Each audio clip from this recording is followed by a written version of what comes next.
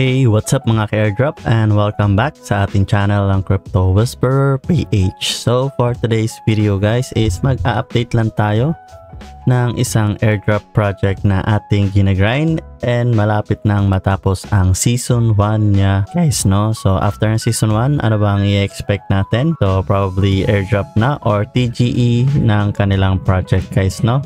At ang project nga na ito guys ay si AlphaBot or Boost. So kung wala ka pa nito is pwede ka pa namang humabol, and kung meron ka nito guys is i-check mo na ang inyong account at itodo mo na ang pag-grind ng points guys, no? So tuturuan ko kayo kung paano ba mag-register at gawin ang kanya mga iba't ibang task guys, no? Pero bago tayo magsimula, kung hindi ka pa nakasubscribe dito sa ating channel is mag-subscribe ka na at i-like ang mga videos na sinishare natin kagaya nito para may push pa ni YouTube sa iba pang mga airdrop enthusiasts kagaya mo ang mga videos na kagaya nito guys, no? Para lagi kang updated sa mga ganitong project guys, no? So mag-proceed nga tayo. So ang una lang natin gagawin guys is punta tayo dito sa dashboard, and kung makikita nyo currently ang ating points is 66k, and makikita nyo dito guys Boost season 1 is ending soon, so stack your points before it's all over. And LFB. So, ibig sabihin niyang LFB,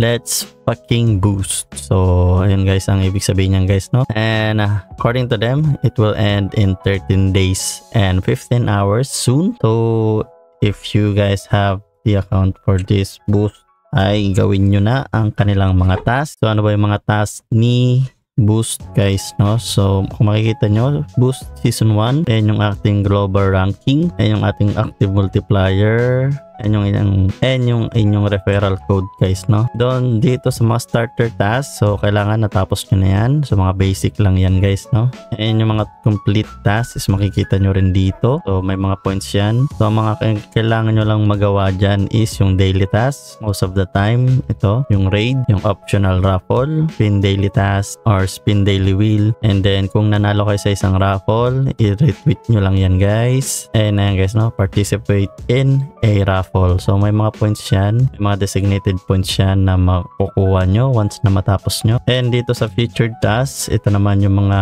special tasks guys na may malaking points once na matapos ninyo guys, no? So susundan nyo lang din yan, so madali lang yan guys, no? And then sa platform task naman, ito sa mga refer, more on refer lang ito guys. So once na may mga bumili, like kagaya nyan, activate their Boost account, and then bumili ng starter, who completes the starter task, and then kapag nakapag-refer kayo ng isang premium user and team subscription, ay ito ang mga points na makukuha nyo guys, no? So yun lang yung kanilang mga tasks dito sa ating dashboard na kailangan nyo gawin para tumaas ang inyong points. So kung wala ka pa namang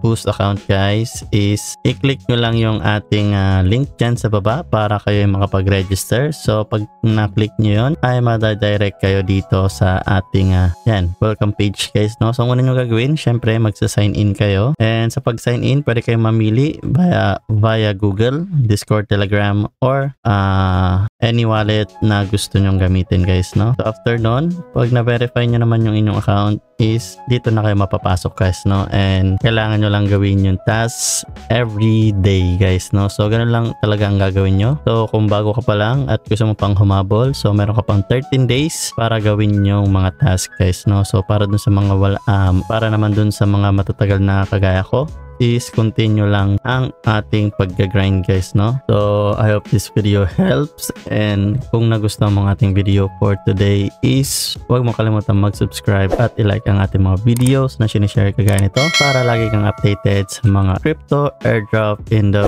future guys, no? So see you sa next video guys. Peace!